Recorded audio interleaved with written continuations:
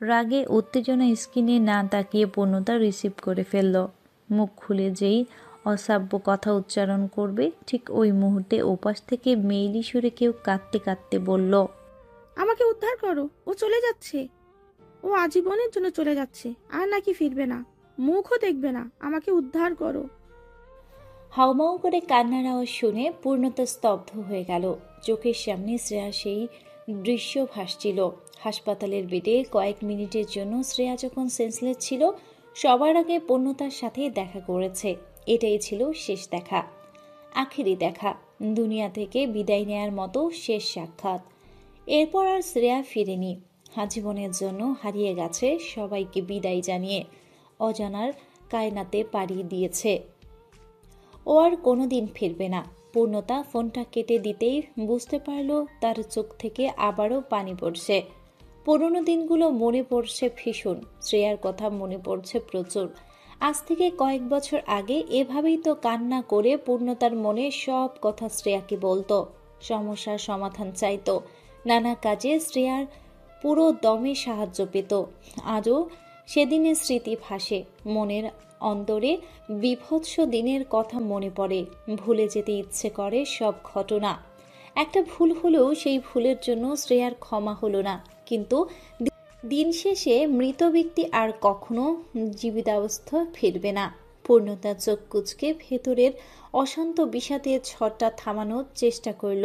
ফোনটা মুঠোর মধ্যে শক্ত করে ধরে রেখে পাশে থাকা বিছানার উপর বসে পড়ল। মিনিটের কাঁটা তীর তীর করে চলে যেতে লাগলো নিঃশব্দে, নিঃস্বার্থে, নৃশংস হয়ে। পূর্ণতা দ্রুত নিজেকে সামলানোর জন্য গলা শক্ত করে ভেতরে চাপিয়ে রাখা কান্নাটা কয়েক মুহূর্তের মধ্যে শান্ত করে। মনটা একটু শান্ত হলে ঘড়ির দিকে তাকিয়ে চিন্তা করে, সাবিয়া এখন কেন কল করেছে, আয়মান কোথায় যাচ্ছে, কেন যাচ্ছে, কি কারণ। পূর্ণতা কিছুই বুঝতে পারছে না এখন। তাড়াতাড়ি সব ঠিকঠাক করার জন্য ফোনটা পার্সে ঢুকিয়ে দ্রুত বেরিয়ে গেল। সদর গেটের কাছে চলে গেলে আবার পা ঘুরিয়ে আয়শার রুমে গিয়ে প্রণয়কে দেখতে গেল। ছেলের কাছে ছুটে গিয়ে অমনি শাশুড়ির কাছে পুরো ঘটনা খুলে বলল। সব শুনে আয়শা প্রচণ্ড চিন্তিত হয়ে উঠলেন। তিনি উদ্বিগ্ন সুরে পূর্ণতাকে তাড়াতাড়ি সেখানে যেতে বললেন। এদিকে পলাশের রুম থেকে ডাক এলো। আয়শা কিছু সময়ের জন্য সেখানে চলে গেলেন। পূর্ণতা এতক্ষণ পর ছেলের দিকে দৃষ্টি দিল। প্রণয় তখন বিছানায় পা দুলিয়ে সাইকেলের মতো খেলছে। লাল টুকটুকে গাল দুটোতে ভরে রেখেছে নিষ্পাপ হাসি দিয়ে। স্বচ্ছ পরিষ্কার নির্মল চাহনিতে অবুঝ মায়ায় তাকিয়ে আছে। ছোট ছোট নরম আঙ্গুলগুলো মুখে ঢুকিয়ে মনের আন্দাজে খেলছে প্রণয়। ছোট ছোট নরম আঙ্গুলগুলোর মুখে ঢুকিয়ে মনের আনন্দে খেলছে প্রণয়। তার গায়ের রংটা ফর্সা, কিছুটা লালচে, কিছুটা রাঙা রাঙা, গাল দুটো একদম লালচে আভা। পূর্ণতা পার্সটা বিছানায় রেখে বেরিয়ে রেপারসহ কোলে তুলে নিল প্রণয়কে। বাবার মতো পাওয়া চোখ দুটো দিয়ে প্রণয় ড্যাব ড্যাব করে তাকিয়ে হাসছে। একটুও বাদ রাখেনি পূর্বের মতো চোখ দুটো পেতে। সম্পূর্ণ চক্ষু চাহনি একদম খাপে খাপ পূর্বের সাথে মিলে। পূর্ণতা পরমাহ্লাদে প্রণয়ের লালচে গালে চুমু খায়। মৃদু হাসি দিয়ে মায়াবী চোখ দুটোর দিকে কিছুক্ষণ তাকিয়ে থেকে বলে, তুই অবিকল তোর বাবার প্রতিরূপ পেয়েছিস, একদম তোর বাবার মতো চোখ দুটো। এই চোখ দিয়ে যে বড় হয়ে কতজনকে নাশ করবি জানা নেই। তোর বাবার চোখ দুটোর জন্য আমি কখনো রাগ পুষে রাখতে পারিনি। চোখের দিকে তাকালেই আমি রাগ ভুলে যেতাম। তোকে পেটে নিয়ে সারাক্ষণ তোর বাবার কথাই চিন্তা করতাম। এটুকুই শান্তি প্রণয়। না তোকে শান্তি দিয়েছি, না আমি স্বস্তিতে থেকেছি। তোর বাবার কথা চিন্তা করলে বুকটা শুকিয়ে যায়। জেলে কম কষ্ট করেনি। আমি ওর জায়গায় থাকলে কি করে টিকতাম। তোর জন্য কিছু না করলেও নিজের সবটা শেষ করে দিয়েছে এই ব্যক্তি।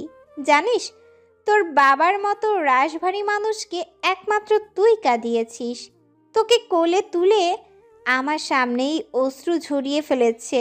রাতে কতবার তোর আঙুল ধরে চুমু খায় সে হিসেবে তুই জানবি না প্রণয়।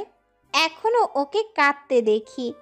চোখ দুটো ভেজা থাকে, শুধু তোর দিকে তাকিয়ে থাকে। চোখ দুটো টলমল করে পানিতে। ওর বুকে যে কি নিয়ে এখনো দুঃখ আমি জানি না বাবা। ওইটুকু বুকটার মধ্যে কি কি ও লুকিয়ে রেখেছে আমাকে কিছুই বলে না। তোর বাবাটা মুখ চাপা মানুষ, আমার কাছে সহজে কিছু বলে না। তুই যেই দিন দুনিয়ায় আসলি সেদিন ওকে যা তা করে বকেছি, ও আমাকে পাল্টা করে কিছুই বলেনি। অন্য কেউ হলে সত্যি আমাকে ফেলে চলে যেত। জেল থেকে বেরিয়ে হাসপাতালে গিয়েছে এটাই আমাকে বলেনি। এখনো শার্ট পাঞ্জাবির হাতা গুটায় না, স্লিপ নামিয়ে রাখে। এখনো সবার কাছ থেকে হাত দুটো লুকিয়ে রাখে। ডান হাতের প্লাস্টার খোলা হয়নি, বাম হাতের কোনোই এখনো কালো হয়ে আছে। মলম লাগাতে গিয়ে প্রচুর ব্যথা পায়, তবুও একটা টু শব্দ উচ্চারণ করে না। অথচ দেখ, ওই হাত দুটোতেই দাবড়ে বেরিয়ে কাজ করত।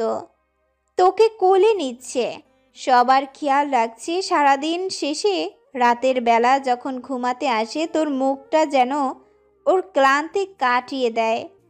তুই তোর বাবাকে কোনোদিন কষ্ট দিবি না। যদি আমি নাও থাকি তবুও তোর বাবাকে দেখে রাখবি প্রণয়। আমি চাই তুই তোর বাবার মতোই হ, কঠিন হ, রাগী হ। তুই ওয়াসি পূর্বর মতোই পুরো দাপট নিয়ে চলবি, সামনে পিছে তাকাবি না। ও যেমন কাউকে পরোয়া করে চলে না, তেমনি বেপরোয়া হবি। শুধু সত্যের জন্যই বিহায়া হবি, মিথ্যার জন্য আদবে চলবি না। তোকে দুনিয়ায় দেখাটা তোর বাবার শেষ ইচ্ছা। আর বিশ্বাস কর আমি সার্থক। ও তোকে আমার চেয়ে বেশি ভালোবাসে। একটু বড় হলেই বুঝবি তোর বাবা মানুষটা কেমন। আচ্ছা, তোর বাবার চেয়ে রাগী হবি? তোর চুল যে এত খাড়া খাড়া, আমি যে এখনই চিন্তায় আছি। আবার হাসি, খালি হাসি, এত খিলখিলিয়ে হাসলে তো সমস্যা। তুই সব বুঝে গেলি নাকি? প্রণয় মুখের কাছে আঙুল এনে পূর্ণতার দিকে হাসি দিয়ে তাকিয়ে হাসছে। হাসি মাখা চোখে পিটপিট চাহনিতে এমনভাবে দৃষ্টি দিয়ে আছে যেন পূর্ণতা সব কথা সে বুঝে ফেলেছে। পূর্ণতা বুকটা শান্তিতে ছেয়ে যাচ্ছিল। অদ্ভুত শীতলতায় পরশ পেয়ে মনের ভেতর ঠান্ডা হচ্ছিল। মুখ নামিয়ে ছেলের কপালে গাঢ় করে চুমু খেলো ও। কয়েক মিনিটের মধ্যে আয়শা এসে পড়লে প্রণয়কে রেখে পূর্ণতা রওনা দিল। আকাশটা কালো মেঘে ঘনিয়ে এসেছে, চারধার ভয়ঙ্কর অন্ধকারে ঠেকে যাচ্ছে। আড়াল হয়ে যাচ্ছে সূর্যের আলো। চারদিক থেকে মানুষের মনে শঙ্কার উদ্ভব হলো। পূর্ণতা গাড়িতে বসে জানালার বাইরে দৃষ্টি রেখেছিল। এত ভয়ঙ্কর অন্ধকার আগে কখনো দেখেনি। নির্মল আকাশকে নির্মলভাবে গ্রাস করে নিচ্ছে কালো মেঘ। এমন আবহাওয়া দেখে গাটা কেমন শিরশির করে উঠছে। পূর্ণতার মনে একমাত্র ভয়টা শুধু পূর্বকে নিয়েই হলো। সকাল থেকেই পূর্বের কোনো লাতাপাতা নেই। কল দিলে কল ধরছে না, কোথায় আছে খবর নেই। পূর্ণতা ঢোক গিলে পূর্বকে আরেকবার কল দিল।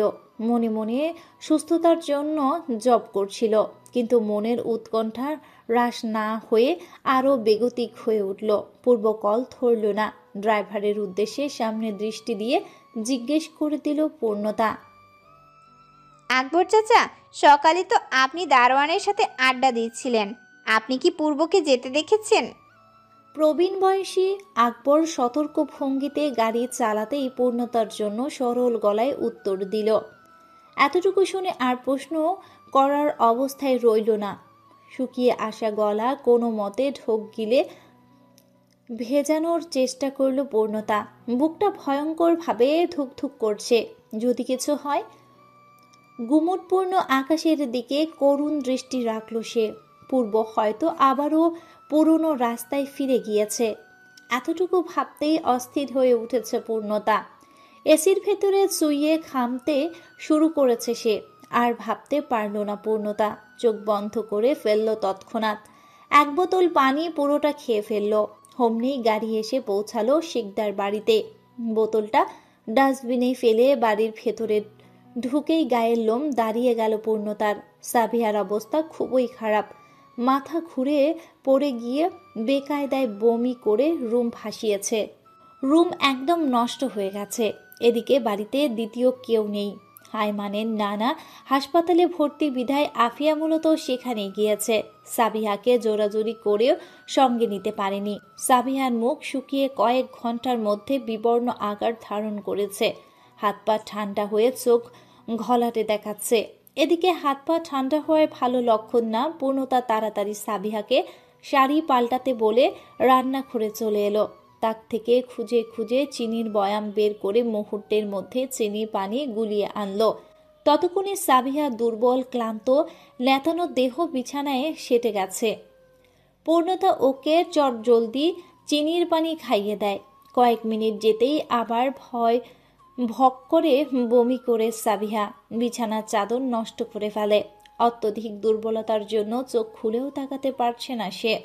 পূর্ণতা মাথায় হাত দিয়ে চরম বিপাকে ফেসে গেছে। আয়মানকেও অনবরত কল করতে থাকে। শেষে নিরুপায় হয়ে ডক্টরকে ডেকে আনে।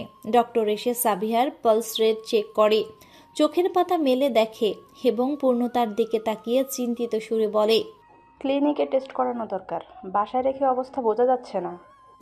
পূর্ণতা হতবিহ্বল হয়ে চিন্তায় ক্লিষ্ট হয়ে যায়।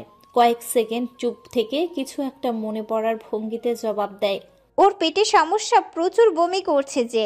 পেটে গ্যাস হলো কিনা বুঝতে পারছি না, আপনিই কিছু করুন। পূর্ণতা চিন্তান্বিত মুখ দেখে ডক্টর ছোট্ট নিঃশ্বাস ছাড়ে। সাবিহার দিকে এক পলক তাকিয়ে শেষে পূর্ণতার দিকে দৃষ্টি দিয়ে বলে, মনে তো হচ্ছে অন্তঃসত্ত্বা। প্রথমে বজ্রহতের মতো তাকালো পূর্ণতা, পরক্ষণে তীব্র খুশিতে চোখ টলমল করে হেসে দিল সে। ডক্টর পূর্ণতার অভিব্যক্তি দেখে একটু হেসে বললেন, যদিও নয় টিপে ধারণা দিলাম, বাকিটা ক্লিনিকে গিয়ে টেস্ট করলে জানতে পারবেন। বাইরে মুষলধারে বৃষ্টি হচ্ছে। আকস্মিক বৃষ্টিতে প্রকৃতির সব ধুলো ময়লা পরিষ্কার হয়ে যাচ্ছে।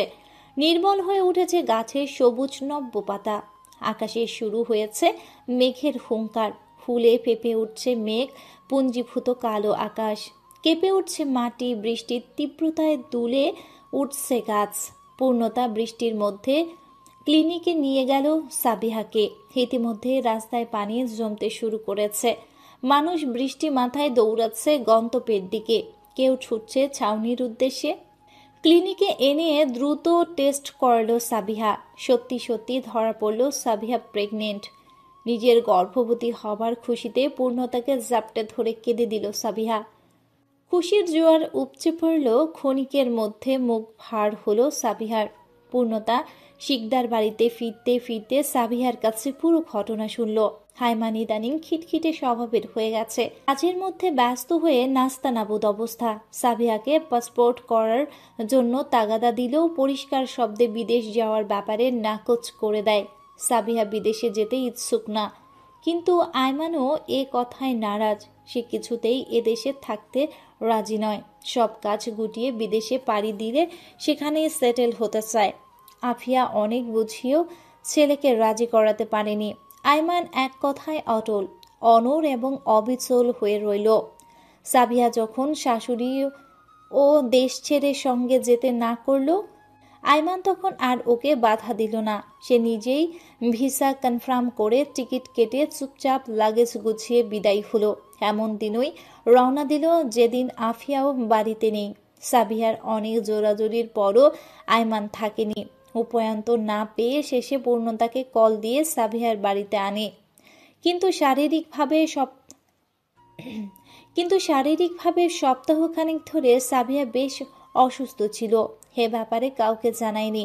ব্যস্ত হয়ে থাকা আয়মান সাবিহার দিকে পরখ করেনি। পূর্ণতা চুপচাপ সবটা শুনে সাবিহাকে শান্ত হতে বলে বিছানায় শুয়ে বলল, একটু ঘুমানোর চেষ্টা করতে বলে পূর্ণতা বারান্দার দিকে চলে এলো।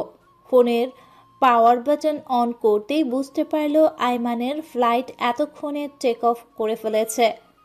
ফোন এখন টোটালি বন্ধ থাকবে। ইউএসের এয়ারপোর্টে পর্যন্ত পৌঁছাতে 48 ঘন্টা লাগবে। এরপর কাঙ্ক্ষিত স্টেটের ফ্লাইটে লাগবে আরও 6 ঘন্টা। আইমানের সাথে 3 দিন পর্যন্ত কোনো যোগাযোগ সম্ভব না। পূর্ণতা ওর নাম্বারে মেসেজ ছেড়ে দিল। বৃষ্টি মুখর আকাশের দিকে তাকিয়ে মনটা কেমন উদাস, বিষণ্ণ এবং বিক্ষিপ্ত হয়ে উঠল। কেমন শূন্যতা ভর করল মনের আঙ্গিনায়, যেন কিছু নেই ভাব। আকাশ থেকে দৃষ্টি ফিরিয়ে সাবিহার দিকে এক পলক তাকালো পূর্ণতা। বন্ধ চোখে 2 চক্ষু কার্নিশ বেয়ে অশ্রুফোঁটা ছড়ছে। ঈষৎ ভঙ্গিতে কান্নায় দোলে সাবিহার বুক উপর নিচ কাঁপছে। এদিকে পূর্ণতা ফোনে প্রণয়ের জন্য তাড়াতাড়ি ফেরার তাগিদ আসছে। সাবিহার জন্য চিন্তায় পড়ল পূর্ণতা। কলটা পূর্বিকার নাম্বার থেকে এসেছে। কলটা রিসিভ করে পূর্ণতা কানে ফোন দিতেই পূর্বিকা কেমন সতর্ক সুরে বলল, পূর্ণতা। সাড়া দিতে গিয়ে বেশ হোঁচট খেল পূর্ণতা। অদ্ভুত শোনাচ্ছে পূর্বিকার কণ্ঠটা। প্রচণ্ড কৌতূহল কাজ করলো ওর। পূর্ণতা তৎক্ষণাৎ পূর্বিকাকে পাল্টা প্রশ্ন করল, আপু কিছু কি হয়েছে? প্রশ্ন করার পর পূর্বিকা উত্তরটা আসলো না। পূর্ণতা কান থেকে ফোন সরিয়ে স্ক্রিন দেখে কলে টাইম এখনও কন্টিনিউ চলছে, কিন্তু পূর্বিকা কোনো সাড়া শব্দ করছে না।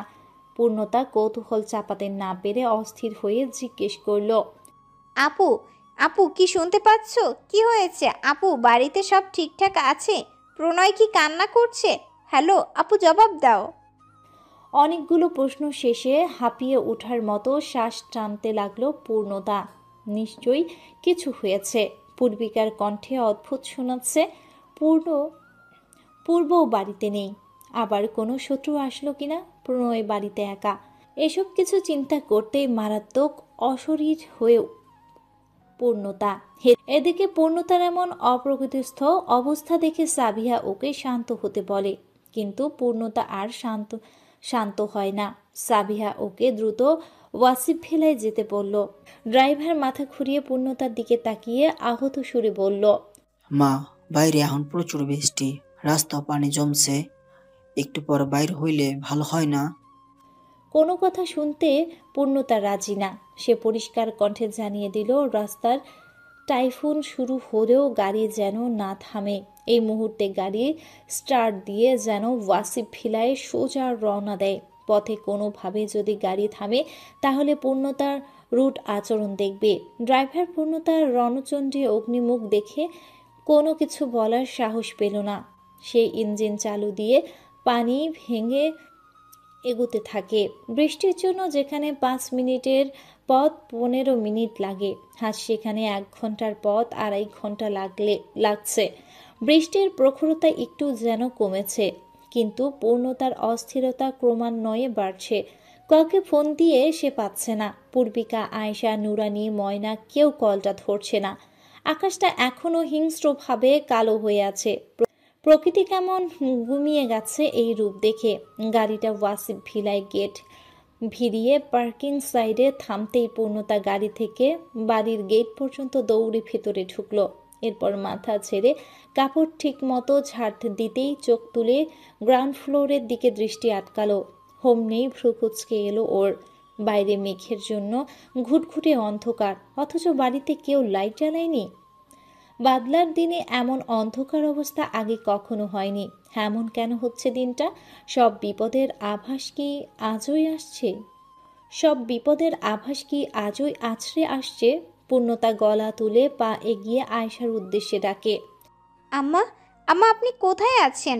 আম্মা আপনি কি ঘরে? আম্মা। পূর্ণতা এক ডাকেই হরহর করে সাড়া দেয়া ব্যক্তিটা আজ এত ডাকেও সাড়া দেয়নি। পূর্ণতার বুকটা কেমন কামড়ে এলো। অদ্ভুতভাবে গা শিরশির করে উঠল। পুরো গ্রাউন্ড ফ্লোর যেন অন্ধকার। তার চেয়ে আরো বিভৎস অন্ধকার হয়ে গেছে দোতলায়। পূর্ণতা সবাইকে ডাকতে ডাকতে রুমে চেক করলো। পূর্বিকা নেই, আয়েশা নেই। পলাশের রুম শূন্য। প্রণয়ের জন্য পূর্ণতা ভয়ে কেঁপে উঠল। পূর্ণতার অনুপস্থিতিতে কেউ এসেছিল? কেউ কি সবাইকে নিয়ে কোথাও পালিয়ে গেছে? পূর্ণতা এতটুকু ভাবতেই এক চিৎকার দিল। আম্মা, আপু, নুরানি বলে ডাকতে লাগলো। তন্ন তন্ন করে প্রতিটা রুমে, বাথরুমে, বারান্দায় চেক করতে লাগলো। কেউ নেই এখানে। আকাশটা যেন পৈশাচিক হাসি দিয়ে বিকট গর্জন করছে। এক একটা ভয়ঙ্কর বজ্রপাত ভূমিতে এসে দাপট দেখাচ্ছে। শো শো করে হাওয়ার তেজ বাড়ছে, সেই সাথে তাল মিলিয়ে বৃষ্টিও মুষলধারে পড়ছে। প্রকৃতির এমন তাণ্ডব লীলায় পূর্ণতা হাউমাউ করে কেঁদে উঠল। বাড়ির মানুষগুলো কোথায় গেল? ওয়াসিফ ভিলায় এত অন্ধকার আগে কখনো দেখেনি পূর্ণতা। ক্রমশ অন্ধকার যেন আরো বৃদ্ধি পাচ্ছে। এবার চোখের লাইট ছাড়া কিছু দেখা সম্ভব না। পূর্ণতা হাতের ফোনটা থেকে ফ্ল্যাশ অন করলো। ফুপিয়ে কাঁদতে কাঁদতে দোতলায় উঠল। করিডোরের আলো ফেলে দেখলো সেখানে শুনশান অবস্থা। পুরো বাড়িটার মধ্যে পূর্ণতা কেবল একা। চোখ মুছতেই আবার অশ্রুতে ভরে উঠল ওর। ফ্ল্যাশ অন করা হাতটা উঁচু করে নিজের রুমের দিকে এগুলো। রুমের সামনে আসতেই দেখলো দরজা বন্ধ করা, অথচ যাওয়ার পূর্বে দরজা খোলাই ছিল। পূর্ণতা কান্নার হিড়িকে কাঁপতে কাঁপতে কম্পমান হাতটা দরজার নবে রাখলো। মৃদু একটা ঢোক গিলে নব মোচড় দিতেই দরজা খুলে ফেলল। দৃষ্টি ভেতরে দিতেই শরীরের প্রতিটি পশম কাটা দিয়ে উঠল ওর। বিস্ফোরিত চাহনিতে তাকিয়ে থাকতেই গলা রুদ্ধ হয়ে এলো। ওর শরীর কেউ যেন বরফ রেখে দিয়েছে, এমন থরথর করে পূর্ণতা কাঁপছে। রুমে সেন্টারে ছোপ ছোপ রক্ত, কিছু রক্ত একটা জায়গায় লম্বা হয়ে লেপ্টে আছে। মনে হচ্ছে কাউকে টানতে টানতে নিয়ে গেছে। পূর্ণতা নির্বাক দৃষ্টিতে রোবটের মতো দাঁড়িয়ে পড়ল। কান্না, ভয়, চিৎকার সব এক লহমায় ভুলে গেল। উঁচু করে রাখা হাতটা থপ করে নিচে পড়ল। তখন ফোনটা ধীরে ধীরে হাত থেকে ছেড়ে দিল। মৃদু আওয়াজে পায়ের কাছে ফোনটা পড়ে যেতেই নিস্তেজ পরিবেশে আবদ্ধ হয়ে গেল পূর্ণতা। সময়ের কাঁটা কয়েক মিনিট ওভাবেই চলে গেল, কিন্তু পূর্ণতা আর আগের মতো অস্থির হয়ে উঠল না। ধীরে ধীরে পা ফেলে রক্তিম স্থানটার দিকে এগুলো। চোখের কাছে স্থানটা এগুতে এগুতে এক পর্যায়ে ঠিক পায়ের কাছে আটকে গেল। চোখ নিচু করে রক্তমাখা ফ্লোরে দৃষ্টি ছুড়ল। আকাশ চিরে বিদ্যুৎ পৃষ্ঠ হতেই বিকট শব্দ করে জানালা দিয়ে আলো এসে আবার খুটখুটে অন্ধকারে ছেয়ে গেল। পূর্ণতায় একটুও নড়ল না, শব্দ করল না, চলেও গেল না। হঠাৎ মনে হলো কেউ ওর শাড়িটা পেছন থেকে ধরেছে। কাঁধের কাছে আঁচলটা মৃদু টান লাগছে। কানে কানে চুপি চুপি আসার পদধ্বনি শোনা যাচ্ছে। বৃষ্টির কারণে মনের ভ্রম ভেবে পূর্ণতা সেদিকে মনোযোগ দিল না ঠিকই, কিন্তু কয়েক সেকেন্ডের মাথায় কোমরে হাতের স্পর্শ পেল পূর্ণতা। আকস্মিকভাবে শিউরে উঠে সাথে সাথে মাথা নোয়ালো। দেখার জন্য রুমে আলো নেই। বাইরে বিদ্যুৎ পৃষ্ঠের জন্য অপেক্ষা করতেই ততক্ষণে হাতটা কোমর ছেড়ে পেটের উপর অস্তিত্ব বোঝালো। ঠিক ওই সময় বাইরে থেকে বিদ্যুৎ পৃষ্ঠ হতেই রুম আলোকিত হয়ে হাতটার গড়ন দেখা গেল। ঢোক গিলতেই মাথা সোজা করে হাতটার উপর নিজের হিম হওয়া কম্পিত হাতটা রাখলো। হোমনি কানের কাছে শিহরণ জাগিয়ে ঠান্ডা সুরটা যেন এলো। হাত এত ঠান্ডা কেন? শীতের প্রবলতা এবং ঠান্ডার কথা দুটোই দারুণভাবে আক্রমণ করলো ওকে। পূর্ণতা অন্তঃসার শূন্য হয়ে নেতিয়ে পড়ল ফ্লোরে। নেত্রপল্লব বন্ধ হয়ে গেল আপনা আপনি। কোনো কিছু দেখতে পেল না স্পষ্ট রূপে। মাথা প্রচণ্ড ঝিমঝিম করছে পূর্ণতার। দুহাতে মাথা ধরে শোয়া থেকে উঠে বসলো। কিছুক্ষণ চোখ বন্ধ করে বসে থাকতেই মাথায় ঝিমঝিমানি ভাব একটু যেন কমলো। চোখ খুলতেই চারপাশ পরিষ্কার দেখতে পেল পূর্ণতা।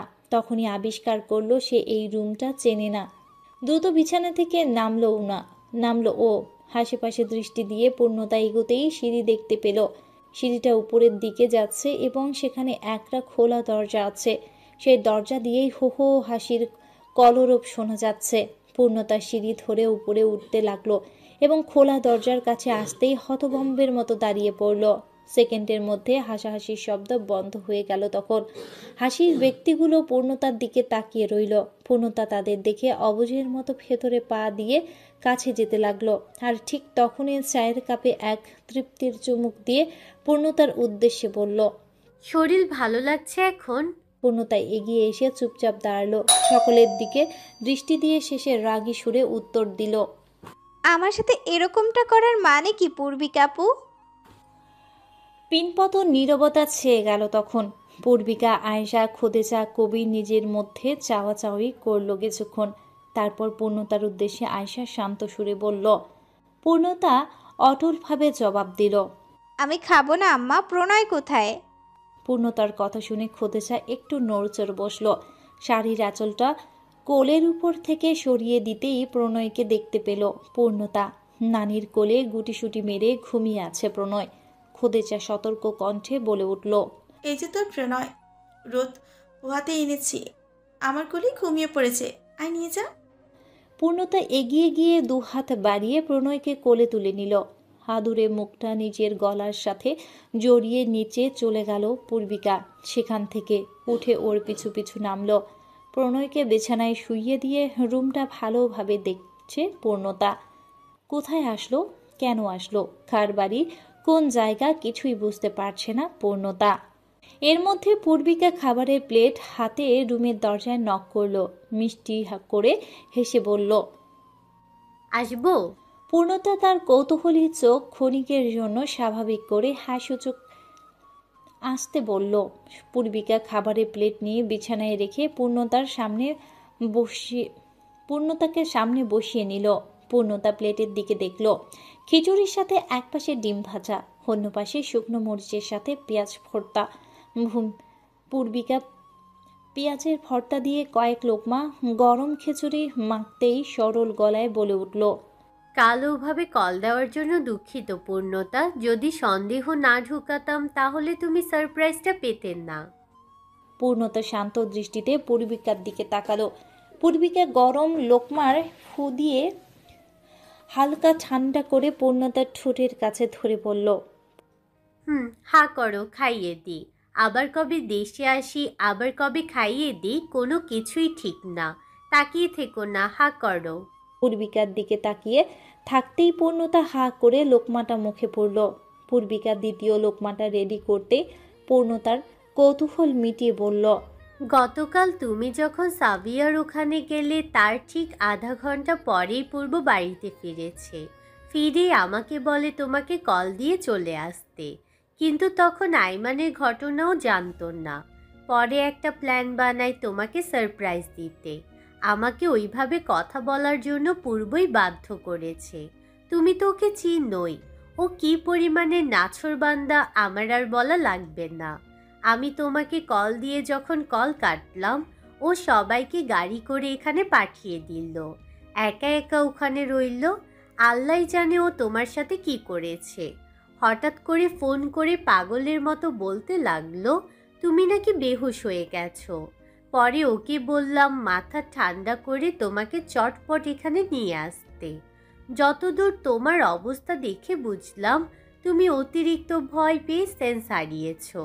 এদিকে প্রণয়ের হাইরে কি চিৎকার, কান্নার জন্য চোখ আর খুলে না। আমি কোলে নেই, মা কোলে নেয়, আন্টি কোলে নিয়ে কিছুক্ষণ হাঁটাহাঁটি করে। আঙ্কেল কোলে নিলে উল্টো ঘর কাঁপিয়ে কাঁদে। তুমি আর হুঁশে ফিরো না। পূর্ব ওই বৃষ্টির মধ্যে কোথা থেকে ডাক্তার খুঁজে আনে ওই ভালো জানে। পরে তোমার অবস্থা দেখে বলে তুমি দুর্বল হয়ে গেছো, রাতটুকু সম্পূর্ণ রেস্টে থাকতে বলে। প্রণয়ের কান্না দেখে কে? পূর্ব সারা রাত প্রণয়কে কোলে নিয়ে পায়চারি করে। শেষে 3টার দিকে একটু শান্ত হলে 3:30টার দিকে ঘুমিয়ে যায়। আমাদের সবাইকে ঘুমাতে বলে, বাকি রাতটা তোমার পাশেই কাটিয়ে দেয়। এখন সকালে কোথায় যে বেরুলো কাউকে বলে যায়নি, শুধু এইটুকু জিজ্ঞেস করাতে বলে গেছে বিকালের দিকে ফিরবে। তুমি খাওয়া শেষ করো, খালি মুখে বসে থেকো না। তুমি যদি না খাও তাহলে তোমার প্রণয় কিন্তু খাবার পাবে না পূর্ণতা। নাও, হা করো। প্রচুর প্রশ্নের আনাগোনা চলছিল মনে। পূর্ণতা কেন নতুন জায়গায় এসেছে এ নিয়েও বেশ শঙ্কিত। পূর্ণতা দ্বিতীয় লোকমাটা মুখে নিতে প্রশ্নসূচক কণ্ঠে বলে উঠল, নতুন জায়গায় সবাইকে আনলো কেন আপু? কারণ কি? তুমি কি কিছু জানো? ও কি কোনো বিপদে পড়েছে নাকি এমনিই এখানে এনেছো? পূর্বিকা ওর অস্থির অবস্থা দেখে খিলখিল করে হেসে ফেলল। খিচুড়ির সাথে ডিম ভাজা মাখাতেই পূর্ণতার জন্য বলল, এই বাড়ির নাম দেখেছো? এই বাড়ির নামকরণ পূর্ব করেছে। ঘরের মধ্যে যা যা দেখতে পাচ্ছ সবই পূর্বের আদেশ মোতাবেক। আসবাবপত্র থেকে শুরু করে সব কিছুই ওর ইচ্ছা মতো। তোমার সকল প্রশ্নের জবাব ও দিবে।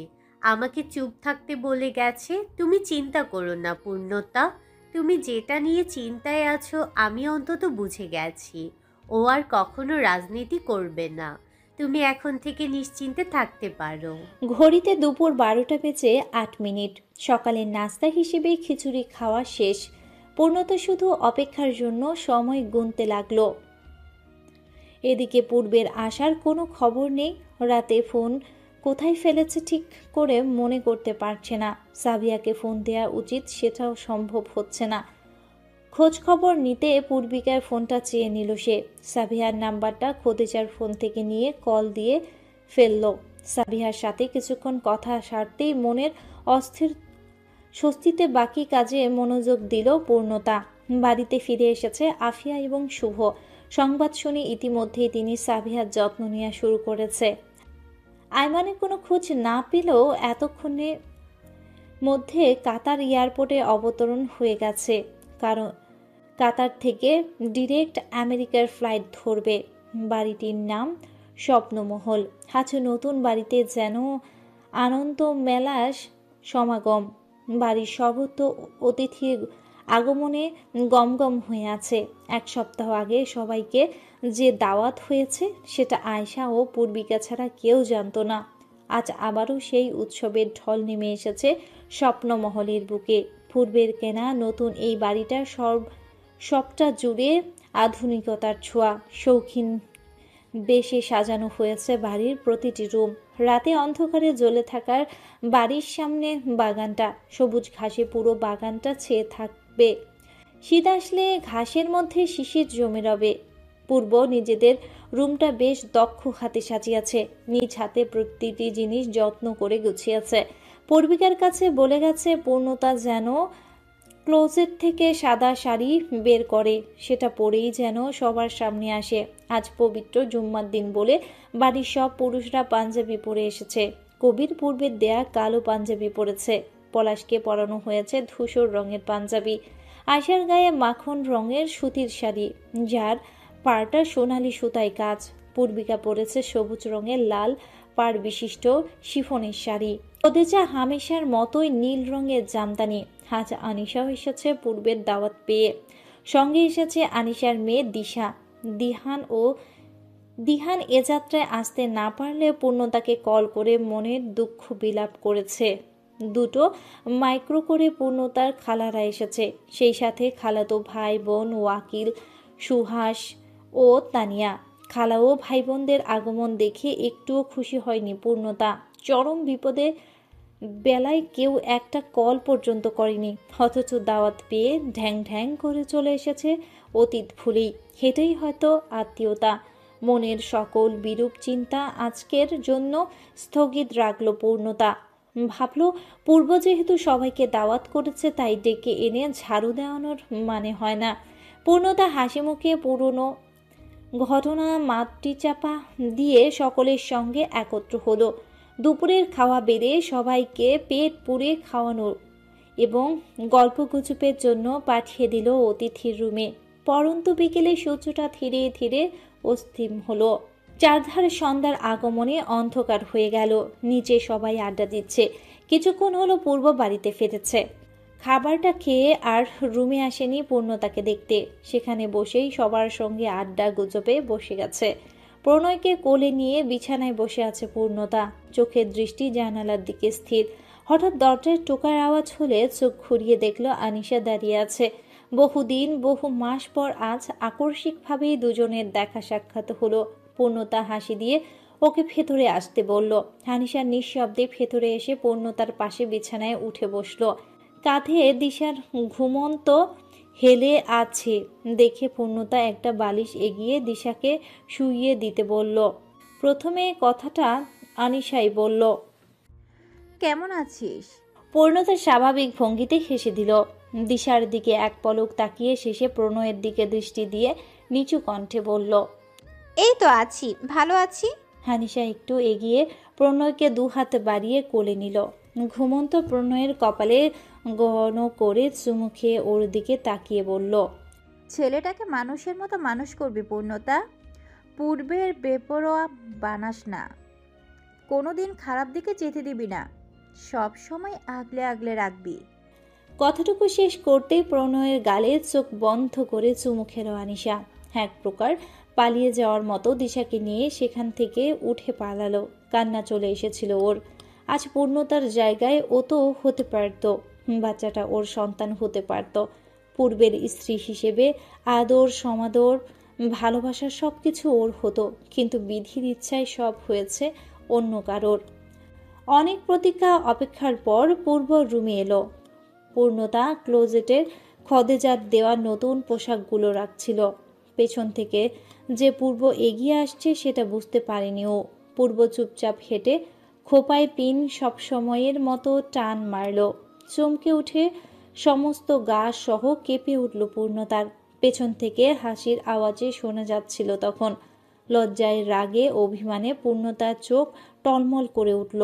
পূর্বের দিকে চোখাচোখি দৃষ্টিতে ঘুরে দাঁড়াতেই পূর্ব তার হাসি থামিয়ে স্বাভাবিক দৃষ্টিতে তাকালো। হাত বাড়িয়ে যেই পূর্ণতার গাল স্পর্শ করবে অমনি পূর্ণতা অশান্ত অশ্রু চোখের কর্কশ কণ্ঠে চিল্লিয়ে উঠল, লজ্জা করে না এমন ইয়ার্কি করতে? বিবেকেও বাঁধে না আমি কতটা ভয় পেতে পারি? ওয়াসিফ ভিলায় নকল রক্ত দিয়ে আমাকে জ্বালিয়েও তুমি শান্তি পাওনি, তাই না? কেন এরকম নাটক সাজাতে গিয়েছ? আমাকে ভয়ের মধ্যে রেখে তুমি মারাত্মক আনন্দ পাও না? সকাল থেকে তোমার কোনো খোঁজ নেই, কতগুলো কল করেছি, একটাও ধরনি। কেন আমার সাথে এগুলো করলে? তোমার লজ্জা তো। আর কথাটুকু শেষ করতে পারল না পূর্ণতা। অধরপূর্ণ বাক্যটা ওভাবেই রয়ে গেল গলার ভেতর। দুহাতে বুকের কাছে টেনে পূর্ব তার অধরপল্লব মিলিয়ে দিয়েছে। খুলে আসা পূর্ণতার চুলে নিজের শক্ত হাতটা ডুবিয়ে রেখেছে। চুলের চামড়ায় আঙুলের চাপে অধর মায়ায় আবদ্ধ রেখেছে নিজের সাথে। জানালা থেকে দমকা হাওয়া আসছে তখন। পূর্ণতার নেত্রজোড়া ভিজে যাচ্ছিল অশান্ত বাড়িধারায়। পূর্বের মোহপূর্ণ বদ্ধ দৃষ্টির পানে চোখ খুলে পূর্ণতা তাকায়। আজ আবারও পুরনো দিনগুলো মনে পড়ে যায় ওর। স্মৃতির পাতায় স্পষ্টরূপে ভাসছে সেই প্রথম চাহনির মুহূর্তগুলো, সেই ট্রেন যাত্রা, সেই গ্রামের সময়, সেই ঠান্ডা কণ্ঠে পূর্ব ডাক, সেই জেলের নির্মম দৃশ্য। পূর্ণতা এই মুহূর্তে ফুপিয়ে কেঁদে উঠল। আঁকড়ে ধরল পূর্বের বুকের পাঞ্জাবি। চোখ কুচকে কেঁদে দিল স্মৃতির পাতা হাতড়ে। পূর্ব ওর ফোপানো কান্না দেখে তৎক্ষণাৎ ঠোঁট ছেড়ে দিয়ে অপ্রকৃতিস্থ হয়ে উঠল। কান্নারত মুখের দিকে তাকিয়ে শান্ত করার উপায় না পেয়ে জাপটে ধরল কাঁধ ও গলার মাঝে। অস্থির কণ্ঠে বলে উঠল, আর কাঁদতে দেব না, কেঁদো না পূর্ণ, তুমি চুপ করো। ওরকম ফাজলামি আমি করবো না, আর কেঁদো না, একটু থামো। বলতে বলতেই পূর্ব ওকে ছেড়ে দিয়ে পাগলের মতো সমস্ত মুখে উষ্ণ স্পর্শ করল। হাত দুটো মুঠোয় নিয়ে আঙ্গুলের ফাঁকে আঙ্গুল গুজে দিল। দৃষ্টি তুলে তাকালো পূর্ণতার ভেজা চোখে। কোমল চাহনি দিয়ে তাকিয়ে থাকতেই পূর্ণতা সরাসরি দৃষ্টি রাখল পূর্বের চোখে। নির্মল হাসিতে পূর্ব আরেকবার ওর ললার চুম্বন করল ওর নেত্রজোড়ার দিকে দৃষ্টি রেখে শান্ত সুরে বলল, আজকের পর কোনোদিনও চোখে পানি আনবে না পূর্ণ। তুমি জীবনে 2 বার কাঁদবে। তোমার মা হওয়ার খুশিতে আনন্দে কাঁদবে, আরেকবার কাঁদবে আমি পৃথিবী থেকে চলে যাওয়ার শোকে। এর আগ পর্যন্ত তুমি ভুলেও আমার সামনে কাঁদবে না পূর্ণ। আমি তোমার কান্না সহ্য করতে পারি না। আমার চোখের দিকে তাকিয়ে তুমি ওয়াদা করো, আর কখনো তুমি কাঁদবে না। নাক টেনে অশ্রু চোখে হ্যাঁ সূচক সায় দিতেই তৎক্ষণাৎ আবদ্ধ হয়ে গেল পূর্বের বাহুযুগলের মধ্যে। শূন্য বুকের মাঝে পূর্ণ আবেশে পূর্ণতার মাথাটা আটকে রাখল শক্ত করে। চুলের মাঝে অজস্র অধর কার্য সেরে পূর্ব বলে উঠল দৃঢ় কণ্ঠে, আমি এভাবেই তোমাকে বুকে চেপে রাখবো পূর্ণ। সহস্রাধিকবার তোমাকে চুমু খাবো। জীবনের সবচেয়ে বড় প্রাপ্তি হিসেবে আমি আমরণ তোমায় আগলে রাখবো। শেষ নিঃশ্বাসের আগ পর্যন্ত তোমায় ছেড়ে যাব না পূর্ণ। যদি বেহায়া হতে হয় হব, আমি কাউকে পরোয়া করি না, শুধু এটুকু মনে রেখো। বিমানবন্দরের বাইরে দাঁড়িয়ে আছে আয়মান। ভয়ে দুদফা ঢোক গিলে ফেলল সে। চোখের সামনে দুহাত ভাঁজ করে যে ব্যক্তি দাঁড়িয়ে আছে তাকে দেখে বুকটা ফুল স্পিডে ধড়ফড় করছে। তার চোখে যে রাগের তীক্ষ্ণতা দেখা যাচ্ছে সেটা মোটেও ভালো না। আয়মান লাগেজের হ্যান্ডেল আঁকড়ে সামনে এগোতে লাগলো। এক পর্যায়ে মুখোমুখি হয়ে দাঁড়িয়ে পড়লেন। বাতাসের বেগ ঠাস করে শব্দ হলো। আশেপাশে মানুষজন এদিকেই তাকিয়ে আছে। নিজেদের অবস্থান ভুলে গিয়ে এক দৃষ্টিতে তাকাচ্ছে, যেন ফ্রিতে সিনেমা দেখছে এখানে। আয়মান গালে হাত দিয়ে সেই যে দৃষ্টি নিচু করল, আর সেই দৃষ্টি তুলে তাকানোর যোগ খুঁজে পেল না। দৃষ্টি নত করেই সে কাচুমাচু কণ্ঠে বলল, পূর্ব ভাই, আমি। অসহ্য অপরাধবোধে গলা আটকে এলো ওর। আয়মান গালে হাত দিয়ে চোখ বন্ধ করে ফেলল। মুখ দিয়ে কিছুই বেরোতে চাইল না তখন। পূর্ব আশেপাশের অবস্থা দেখে আর কোনো তামাশা করতে চাইল না। চুপচাপ হাত এগিয়ে তর্জনী তুলে গাড়িতে বসার ইশারা করলো। আয়মান আদেশ মতো চুপচাপ সিটে বসে পড়লে পূর্ব গাড়ি স্টার্ট দিয়ে সেখান থেকে চলে গেল। হাইওয়ের সড়কে উঠে নীরবতায় ছিন্ন করে বলল, তোমাকে আমি ম্যাচিওর ভেবেছিলাম আয়মান। তুমি যে এমন নস্টালজিক কাজ করবে আমি কল্পনাও করতে পারিনি। আয়মান জানালার বাইরে দৃষ্টি ফেলে বাইরের প্রকৃতি দেখছিল। পূর্বের পাশ থেকে কথা শুনে চোখ ফিরিয়ে পূর্বের দিকে তাকালো। পূর্ব প্রচণ্ড রাগে টাইট হয়ে আছে। এই প্রথম পূর্বের হাতে থাপ্পড় খেয়েছে আয়মান। কখনো ভাবতেও পারেনি পূর্ব ওকে মানুষের সামনেই মারবে। আয়মান লজ্জা ও অপরাধ মিশ্রিত কণ্ঠে পূর্বের দিকে তাকিয়ে বলল, আমাকে মাফ করে দিও পূর্ব ভাই। উত্তরটা শুনে তীব্র হুঙ্কারে চেঁচিয়ে ওঠে পূর্ব। গাড়ির পকেট থেকে রিপোর্ট বের করে সোজা আয়মানের দিকে ছুঁড়ে মারে। আয়মান আরো মিইয়ে গিয়ে রিপোর্টটা হাতে নিল। পুরোটা চেক করে উদাস কণ্ঠে বলল, কবে পেয়েছো খবর? পূর্ব আর চোখে ওর দিকে তাকালো। কঠোর ভঙ্গিতে ক্রুদ্ধ সুরে বলল, বউ যে চোখের সামনে কিসের জন্য অসুস্থ ছিল খেয়াল করনি? প্রেগনেন্ট হওয়ার সময় হুঁশ জ্ঞান ছিল না? লজ্জা হওয়া উচিত তোমার। নিজের বউকে এভাবে একা ফেলে যাওয়ার চিন্তা কিভাবে করলে? আয়মান সংকুচিত কণ্ঠে জড়তার ভঙ্গিতে বলল, ও আমাকে ডাক্তারের জন্য বলে নাই পূর্ব ভাই। আমি কিভাবে এসব মেয়েলি ব্যাপার বুঝবো? পূর্ব এ কথা শুনে মারাত্মক ক্ষেপে গিয়ে দাঁত চিবিয়ে বলল, মূর্খ তুমি! মুখে আঙ্গুল দিয়ে পড়াশোনা করেছো? সব ছেলেরা এই ব্যাপার 1 সেকেন্ডে বুঝে যায়, আর সেখানে তুমি আমার সাথে ঢং করছো। আয়মান এবার আকুতি সুরে বলে উঠল, দোহাই পূর্ব ভাই, আমি এসব ব্যাপারে বুঝি না। ও যে কোন ধরনের অসুস্থতায় ছিল আমি বুঝতে পারি নাই। তাছাড়া আমি ভাবছি হয়তো গ্যাস জাতীয় সমস্যা হয়েছে, এজন্য বমি করছে। আমি আরো পেটের সমস্যা ভেবে ফার্মেসি থেকে এমোডিস এনে দিলাম। আয়মানের বোকামি দেখে গাল বাজিয়ে থাপড়াতে ইচ্ছে হচ্ছে পূর্বের। যাকে এতদিন বুদ্ধিমান ভেবে আগে পিছে সব কথাই শেয়ার করেছে, সেই ব্যক্তি এতটা বউ আকারে বো কয় আকারে কা। পূর্ব রাগ দেখিয়ে বলে উঠল, ফার্মেসি থেকে অ্যামোরিস 9 একটা টেস্ট কিট ধরিয়ে এনে দিলেই পারতে। শুধু শুধু কাহিনী করার তো মানে ছিল না। যা করেছো খুবই জঘন্য কাজ করেছো। আয়মান মাথা চুলকে আনমনে বলতে লাগলো, তখন প্যাচটা বুঝতে পারি নাই পূর্ব ভাই। আমি ফার্মেসির ব্যাটারে বললাম আমার বউ প্রচুর বমি করতেছে, এক পাতা পেটের ওষুধ দিতে।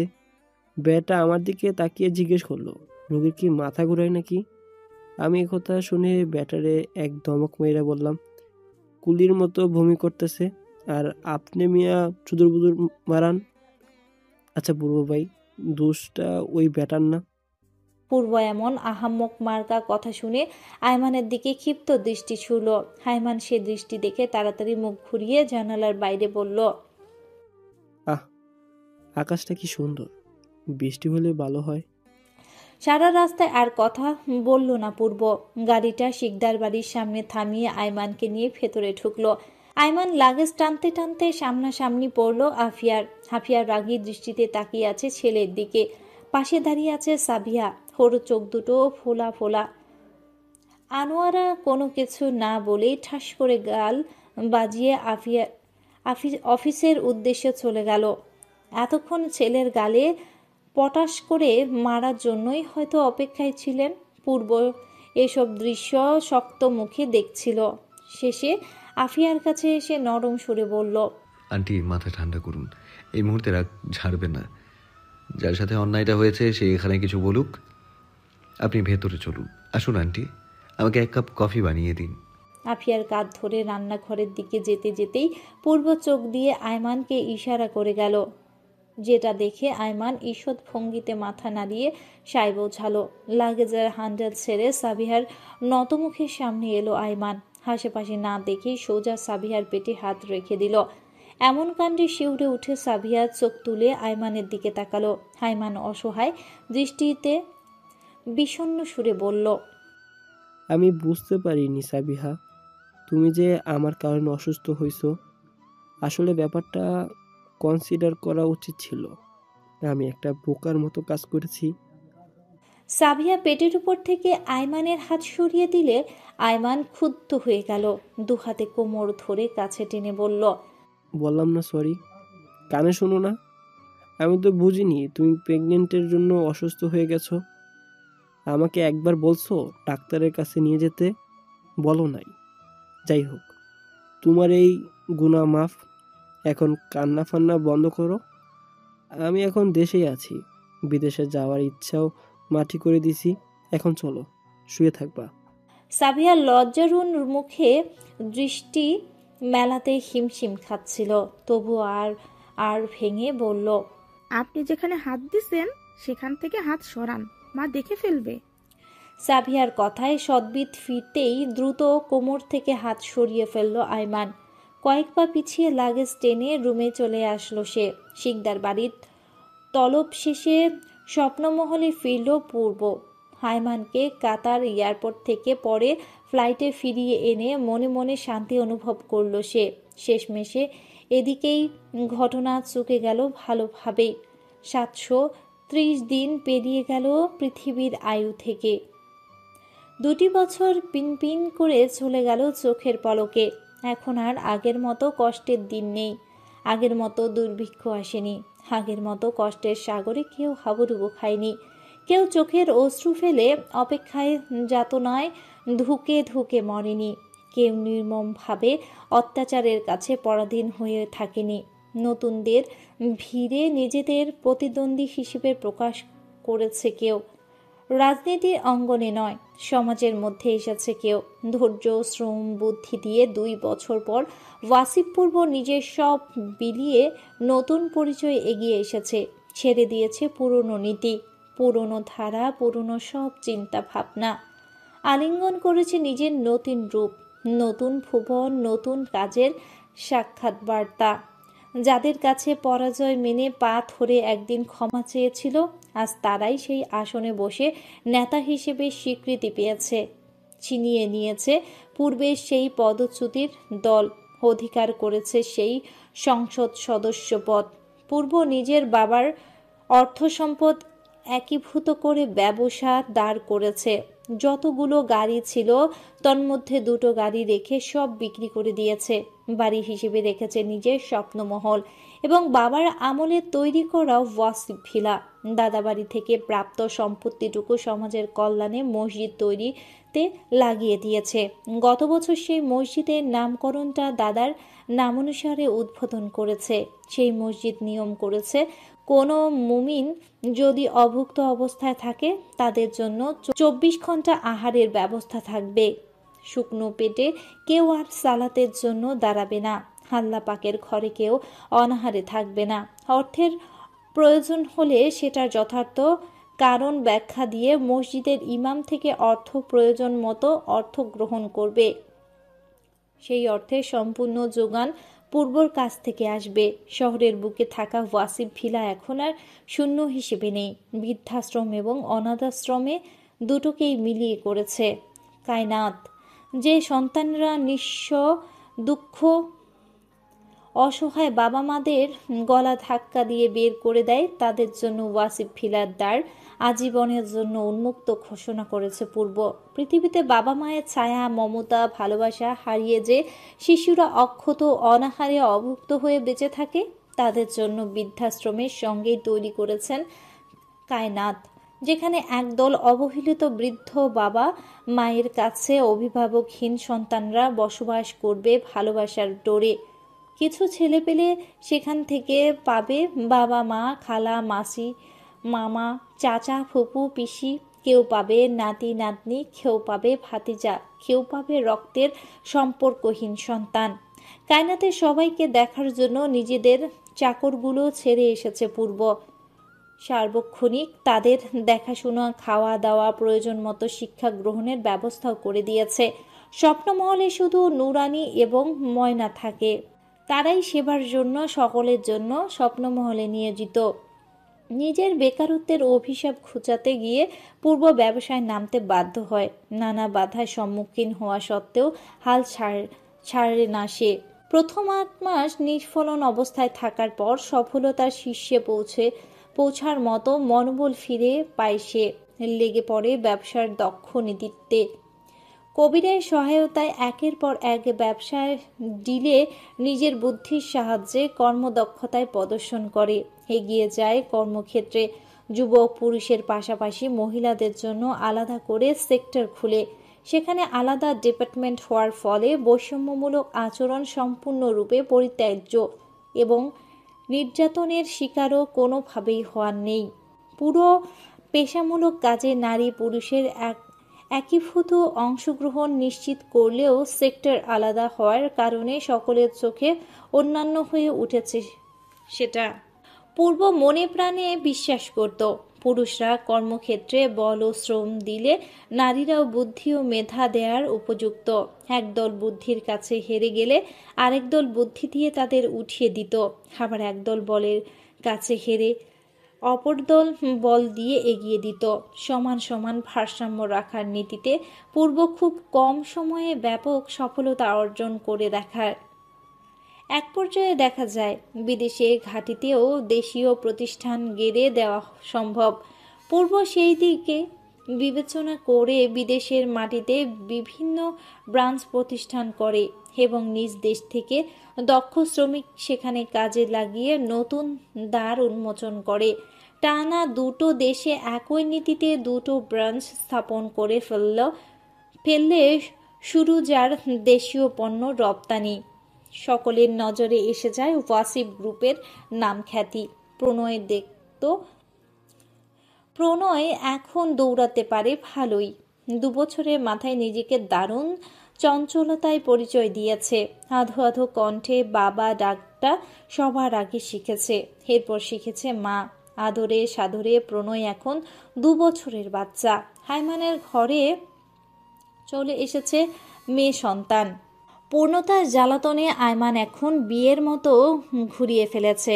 প্রণয়ের মতো দুষ্টু ছেলের কাছে নিজের আদরের মেয়েকে অবশ্যই দিবে না সে। যদি প্রণয় বড় হয়ে সভ্য শান্ত হওয়া শিখে তাহলে সেটা পরে বিবেচনা করা যাবে। হাইমান ও পূর্ণতায় এসব অহেতুক কথা শুনে পূর্ব শুধু হাসে। ছুটির দিনে ছেলেকে নিয়ে ঘুরতে যায়, অফিসে আসে, সবাইকে দেখা করিয়ে আবার কায়নাতে চলে যায়। সেখানে বয়োবৃদ্ধদের সাথে রঙিন মুহূর্ত কাটিয়ে স্বপ্নমহলে ফিরে আসে। মাঝে মাঝে একা বেরিয়ে একদিনের জন্য নিরুদ্দেশ হয় পূর্ব। কোথায় যায়, কেন যায়, আজও পূর্ণতা সেই কারণ উদ্ঘাটন করতে পারেনি। কিন্তু না পেরেও কারণ জানার জন্য কখনো জোর জবরদস্তি করেনি। পূর্ব ভোরবেলায় বের হয় সেই দিন। সবার আগে শ্রেয়ার কবরস্থান দেখে আসে, নীরব সময় কাটায়। কবরের চারপাশে ফুলের গাছগুলোতে পানি দেয়, আবার নতুন কিছু গাছও লাগিয়ে আসে। সেখান থেকে গাড়ি ঘুরিয়ে চলে আসে আরেক জায়গায়, শ্মশানের ঠিক কাছের নদীতে। নদীর দিকে তাকিয়ে থেকে ঝাপসা হয়ে আসে চোখ। শার্টের হাতায় অনবরত চোখ মুছতেই সেটা ভিজে যায়। মনে পড়ে কৈলেশ নেই। দাহ করার পর ছাইয়ের অস্তিত্বটুকু এই নদীতেই ফেলে দেওয়া হয়। এই নদীর দিকে তাকাতেই মনে পড়ে কেউ যেন ডাকছে। পূর্বতা বুকটা কান্নায় চিরে পূর্বের মাঝে মাঝে সহ্য করতে না পেরে মাটিতে হাঁটু গেড়ে হাউমাউ করে কেঁদে ওঠে। পূর্বের বিশ্বস্ত সহযোগী হিসেবে কৈলেশকে ওরা মেরে ফেলেছে। জেলে যাওয়ার দ্বিতীয় দিন থেকে কৈলেশ নিখোঁজ ছিল। সবাই বলতো ও ধোঁকা দিয়েছে পূর্বকে। শুধু পূর্বই অন্তরটাই এ কথা বিশ্বাস করতে পারেনি। জেল থেকে বেরিয়ে 4 মাসের মধ্যে কৈলেশের খবরটা সে জানতে পেরেছে। সেই খবর আজও সকলের কাছে অজানা। কৈলেশের বিধবা মা এবং বিবাহিত বোন ছাড়া কৈলেশের নির্মম মৃত্যুর কথা কেউ জানে না। এরপর গাড়ি দ্বিতীয় এবং শেষ দিকটার দিকে যায়। টঙ্গীর কাছাকাছি জায়গায় গিয়ে সবুজের পরিবারের সাথে দেখা করে আসে। কিছুক্ষণ সবুজের কথা মনে করে পূর্ব জড়িয়ে ধরে ওর মা কাঁদে। পূর্ব নিজেকে অশ্রুমোচন করে পাড়ি দেয় সবুজের কবরের দিকে। দেবে যাওয়া মাটির উপর 2 হাত রেখে অশ্রু ফেলে। নির্বাচনের এই মুহূর্তগুলো বেশ মনে পড়ে। কতদিন একসাথে দুপুরে খাওয়া খেয়েছে, কতদিন একসাথে কেটেছে সেই সময়। অথচ আর সবুজ নেই। মাটিতে আজীবনের জন্য শয্যা গ্রহণ করেছে সে। পূর্ব সেদিনের মতো 3টে পৃথিবীর ত্যাগী মানুষের সাথে গোপন সাক্ষাৎ করে, আবার ফিরে আসে নিজের নীড়ে ফিরে স্বপ্ন মহলে। ফোলা ফোলা চোখ দুটো ঢাকার জন্য রাত 3টার দিকে বাড়িতে ঢুকে। ছেলেকে মায়ের কাছে রেখে এসে পূর্ণতার ঠোঁটের কাছে কপাল ঠেকিয়ে ঘুমিয়ে পড়ে। পূর্ণতার মনটা সবসময় রহস্য নিয়ে প্রশ্ন করতে ইচ্ছে করে, কিন্তু পারে না। পূর্ব সারা মুখে চুমু খায়, দীর্ঘক্ষণ সময় নিয়ে অধর যুগল আঁকড়ে রাখে, চুলে আঙ্গুল বুলিয়ে ঘুমের জন্য চোখ বন্ধ করতে বলে। পূর্বের মধ্যে কিছু একান্ত ব্যাপার আজীবন একান্ত রূপেই রাখতে সাহায্য করে। কোনো কিছু জানার জন্য জোর করে না পূর্ণতা। সকালে টিভির পর্দায় খবর দেখাটা যেন নিত্যকর্ম।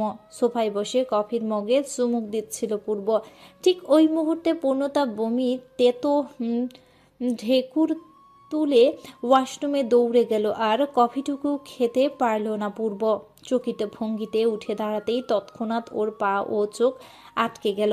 টিভির দিকে 2 চোখ স্থির রাখতেই শুনতে পেল উপনির্বাচন বিজয়ী সংসদ সদস্য মোহাম্মদ ইমতিয়াজ উদ্দিনের একমাত্র ছেলে গতকাল সন্ধ্যায় ব্রেন স্ট্রোকে ইন্তেকাল করেছে। ইন্না লিল্লাহি ওয়া ইন্না ইলাইহি রাজিউন। মরহুমের জানাজা বাদ জোহরের পর ঢাকায় কেন্দ্রীয় মসজিদে অনুষ্ঠিত হবে। দীর্ঘদিন ধরে ব্রেনের অসুস্থতায় ভুগছিল এবং বিদেশে চিকিৎসাধীন অবস্থায় মারা গিয়েছে। টিভির পর্দায় এতটুকু নিউজ শুনে পূর্বের গা কাটা দিয়ে উঠল। প্রকৃতির কি ভয়ানক বিচার, কি ভয়াবহ প্রতিশোধ। দুনিয়ার মানুষ ন্যায় বিচার করতে না পারলেও সমগ্র বিশ্বের মালিক সেই বিচার করতে সমর্থক। পূর্বের অন্তর আল্লাহ পাকের বিচার দেখে শীতল হয়ে গেল। মনে মনে উচ্চারণ করল, আল্লাহ ছাড় দেন, ছেড়ে দেন না। অনেকক্ষণ পর ওয়াশরুমের দরজা খুলে বের হলো পূর্ণতা। শাড়ির আঁচলে মুখটা মুছতে মুছতে হঠাৎ পূর্বের দিকে নজর পড়তেই লজ্জায় চোখ নামিয়ে ফেলল। পূর্ব কয়েক পা এগিয়ে মাথা একটু নিচে ঝুঁকিয়ে হাসি দিয়ে বলল, বাবা হচ্ছি। পূর্ণতা লজ্জায় আর কথা বলতে পারল না। দৃষ্টি নিচু করে ফ্লোরে তাকিয়ে রইল। পূর্ব ওর অবস্থা থেকে গাঢ় করে হেসে দিয়ে জাপটে ধরে বলল, 3য়বারের জন্য আবারও ধন্যবাদ পূর্ণতা কবির।